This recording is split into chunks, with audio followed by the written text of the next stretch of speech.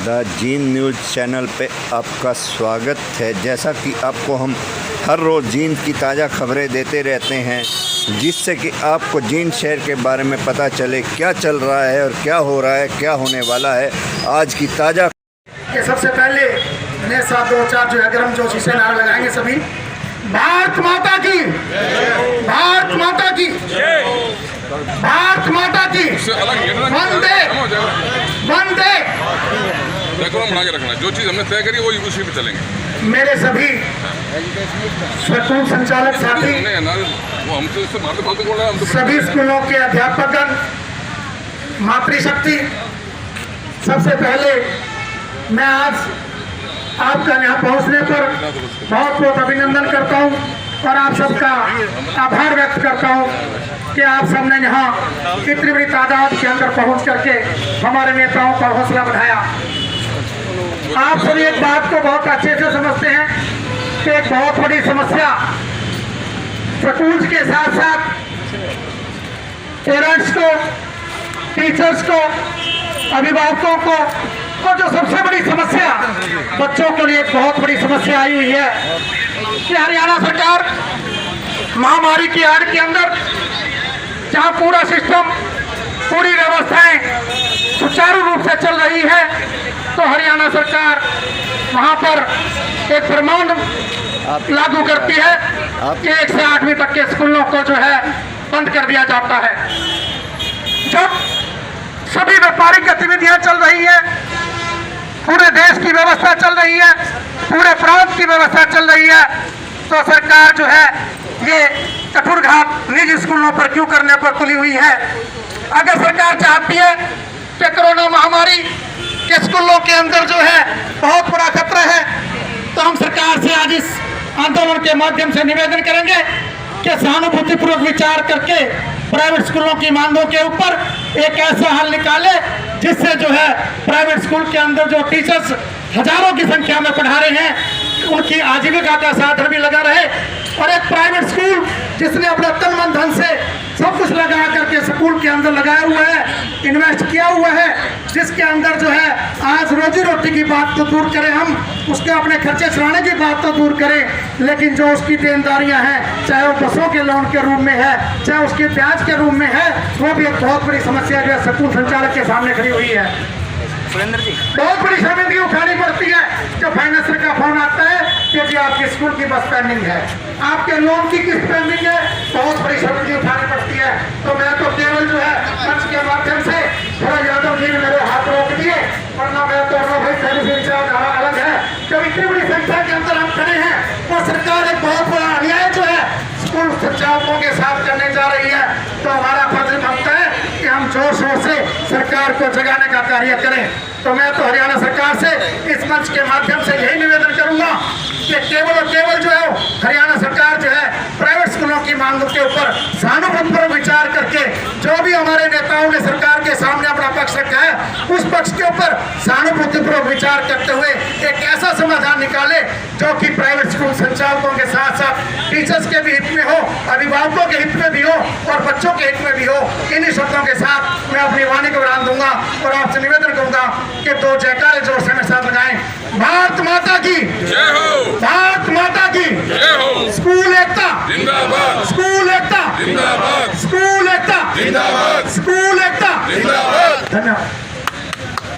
सभी छात्र, सभी हमारी आई हुई अध्यापक बहने एक बार ये 7 मिनटों का नारा लगाएंगे, स्कूल एकता जिंदाबाद, स्कूल एकता जिंदाबाद। देखिए, इस कोरोना महामारी में जो भी देश में स्थिति बनी हुई है वो सबके सामने है, परंतु सिर्फ स्कूलों के साथ इतना अन्याय वो नहीं होना चाहिए। देश के अंदर गवर्नमेंट ने अपने सभी इनकम के सोर्सेज को बंद नहीं किया, सभी खुले हुए हैं। और पिछले कुछ दिनों से हम देख रहे हैं रेलवे का भी विस्तार हो रहा है, बसें अपनी घुमाना रोडवेज की बसें भी चल रही हैं, प्राइवेट बसें भी चल रही हैं। आप किसी भी बस को देखिए, अगर बस में कैपेसिटी 40 या 50 है तो उससे 10-15 ज़्यादा सवारी ही बस में बैठी मिलेगी। ट्रेन भी प्रारंभ कर दी गई है, एयरलाइंस, सब कुछ देश में चल रहा है, व्यापारिक गतिविधियाँ चल रही है, देश में बड़े बड़े मॉल बाजार सभी में बहुत भीड़ है। तो क्या कोरोना सिर्फ स्कूलों से ही आता है क्या? मैं ये सरकार के माध्यम से अधिकारियों से बात पूछना चाहता हूँ, कोरोना क्या सिर्फ स्कूल से ही आता है? नहीं, ऐसा बिल्कुल नहीं है। स्कूलों में बहुत सफाई व्यवस्था होती है, सभी स्कूल संचालक अपने अपने स्कूल को प्रतिदिन सैनिटाइज करते हैं, बच्चों ने मास्क लगाया होता है और जो सोशल डिस्टेंसिंग की पालना है उसकी भी पालना की जाती है। तो फिर ऐसा क्यों, जबकि स्कूलों को बंद ना करके कोई ना कोई ऐसा ऑप्शन निकाला जाना चाहिए कि ओड या इवन, स्कूल ओड या इवन के माध्यम से या डबल शिफ्ट के माध्यम से मतलब स्कूलों को लगाया जाना चाहिए।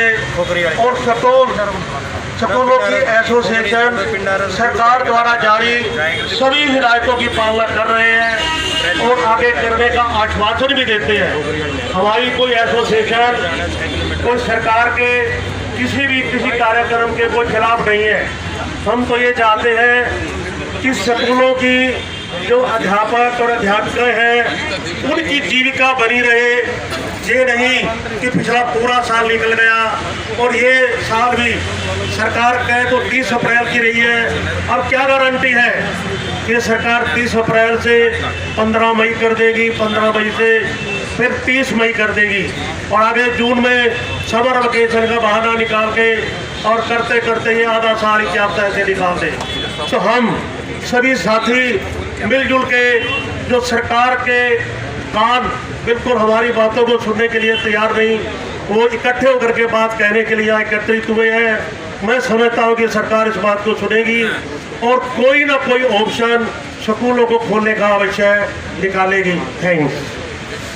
दुर्भाग्य ये यदि हम अपने देश के संदर्भ में बात करें, जितने भी सियासी कार्यक्रम हैं, सरकार कहती है कि कोविड का जो रेशो है, जो कोविड के बढ़ने की रफ्तार वो इतनी तेज़ी से बढ़ रही है कि कल के आंकड़े हमारे देश में लगभग 2 लाख मरीज कोविड के कारण प्रभावित हुए हैं या कोविड पॉजिटिव पाए गए हैं। प्रधानमंत्री जी कहते हैं कि 2 गज दूरी और मास्क है ज़रूरी। जब बीमारी इतनी खतरनाक है और उसके जो नियम है जो सरकार ने उस SOP जारी की है, उसकी सभी गाइडलाइन आम आदमी उसको फॉलो करने के लिए तैयार है, लेकिन दुर्भाग्य ये कि हमारा राजा ही जब भी कोई राजनीतिक कार्यक्रम होता है वहाँ पर ना तो 2 गज दूरी होती है और ना ही मास्क जरूरी होता है। और बीमारी का जो प्रभाव यदि आंकड़े उठा करके देखें, जब से कोविड का प्रभाव हुआ है, इंडिया की जो डेथ रेशो, जो नॉर्मल डेथ रेशो थी और जो कोविड की डेथ रेशो है, जो हेल्थ रिपोर्ट ये कहती है कि कोविड के बाद और कोविड से पहले की जो डेथ रेशो है उसमें किसी प्रकार का कोई बदलाव नहीं है। इसका तो वायरस तो है, लेकिन उससे पहले भी जो वायरस है, चाहे डेंगू है, चाहे चिकनगुनिया है, चाहे वायरल है, वो वायरस इस वायरस से कहीं ना कहीं ज़्यादा खतरनाक भी और ज़्यादा प्रभावशाली, उसका दुष्प्रभाव भी ज़्यादा है। जो कोविड के पेशेंट, मैं अपने गांव का उदाहरण बताता हूँ, खरग्राम मेरा गांव है। जब कोविड पीक पर था, पहला केस दिन में निडानी गांव का आया था, उसके बाद 4 केस हमारे गांव से आए थे और वो 4 की 4 लेडीज हमारी पेरेंट्स थे या वो हमारे स्कूल में काम कर चुकी थी, हमारे स्कूल की सदस्य रही थी। उन चारों से हमारे जब रेगुलर बात होती थी, जब वो कोविड के दौरान रोहतक के अंदर एडमिट थे और बाद में घर पर भी उनसे मिलने के लिए गए, उनके अनुभव ये थे कि हमने 3 साल हो गए, हमारा बुखार भी नहीं होया। लेकिन चलो वो सरकार की बात है। जो वायरस पोलियो है, पोलियो के ऊपर जो वैक्सीनेशन पिछले 20 साल से चल रही है, जब बीमारी इतनी तेजी से बढ़ रही है, इसमें कोई दो राय नहीं है। इस बीमारी को ये नहीं कि इस बीमारी के साथ हमने जीना होगा। ये तो नहीं, बीमारी अप्रैल तक स्कूल बंद किए, अप्रैल में खत्म हो जाएगी या मई में खत्म हो जाएगी। बीमारी के साथ हमने जीना होगा। उससे ज़्यादा जो डेथ रेशो है, जो प्राइवेट स्कूल्स हैं या प्राइवेट जो भी व्यापारिक प्रतिष्ठान है, चाहे होटल है चाहे बैंक्वेट हॉल है, चाहे टूरिज्म का काम है, शायद कोविड से लोग कम मरेंगे और इनकी वजह से सुसाइड ज़्यादा करेंगे। हमारे जो शिक्षक और शिक्षिकाएं यहाँ पर उपस्थित हैं, जो हमारे स्कूलों में काम करती हैं, हमारे पास भी 2-3 स्टाफ मेंबर ऐसे हैं जिनके पास जीविका का कोई भी साधन नहीं है। स्कूल से जितनी सैलरी आएगी उसी से उसका चूल्हा चलेगा या चूल्हा नहीं जलेगा। और दुर्भाग्य ये है, शहर के हम कह नहीं सकते, शहर का भी यही हाल है। यदि बड़े स्कूलों को छोड़ दें, गांव के अंदर जो स्कूल हैं, बहुत सारे स्कूल ऐसे हैं जहाँ की फंडिंग का कलेक्शन है वो 10% तक आकर के रुक गई है। यदि एक स्कूल की 1 करोड़ रुपए पूरी सालाना फीस आती थी, वो 10 लाख तक आकर के रुक गई है। उसमें स्कूल की जो बिल्डिंग्स हैं उनके लोन भी हैं, जो स्कूल बसेज हैं मोस्टली वो फाइनेंस पर हैं, स्कूल बस हैं उनके इंश्योरेंस भी हैं, उनके जो पासिंग है वो भी है। वो कहाँ से मैनेज करें? जो राजा है हमारा, चाहे मोदी है चाहे खट्टर है, वो हमारा राजा भी है और हमारा फादर पेरेंट्स भी है। यदि बीमारी इतनी खतरनाक है तो इस चीज़ का भी कोई ना कोई विकल्प ढूंढा जाए। सरकार की जो पॉलिसीज है, सरकार की जो आदेश उनको फॉलो करने के लिए तैयार भी है कहीं ना कहीं, लेकिन हमने सुझाव भी दिए कि केवल मात्र स्कूल को बंद करने से ही क्या कोविड के ऊपर कंट्रोल किया जा सकता है। हमारी क्लासेस जब वो ओड इवन के अंदर लगा दी जाएँ, हम एक दिन बॉयज़ को बुला लें, एक दिन गर्ल्स को बुला लें, या एक दिन हम पहले ओड वाली क्लासेज को बुला लें, एक दिन इवन वाली को बुला लें। हमारे पास स्पेस भी है, जितने प्राइवेट स्कूल हैं सभी का जो इंफ्रा है काफ़ी अच्छा, हमारे पास स्पेस भी है। हम बसों के अंदर भी बच्चे कम बिठा लें, लेकिन शिक्षा मंत्री हरियाणा सरकार का रिस्पॉन्स बड़ा नेगेटिव था। सरकार यदि इस प्रकार ज़बरदस्ती हमारे ऊपर ये थोप रही है तो ये विकल्प भी देना चाहिए। यदि एक स्कूल की बात हरियाणा की बात करें, हरियाणा के अंदर लगभग 12,000 प्राइवेट स्कूल हैं। यदि 12,000 प्राइवेट स्कूल में हमें 30 की रेशो भी निकालें तो लगभग 4 लाख स्टाफ मेंबर हमारे पास काम करते हैं, जो प्रत्यक्ष रूप से हमारे स्कूल से जुड़े हुए और अप्रत्यक्ष रूप से, चाहे स्टेशनरी वाले हैं, चाहे कॉपी वाले हैं, चाहे बैग वाले हैं, सभी के सभी जो अप्रत्यक्ष रूप से जुड़े हुए लाखों आदमी, उनके काम धंधे आज बंद है। उसकी कहीं ना कहीं व्यवस्था कर दे।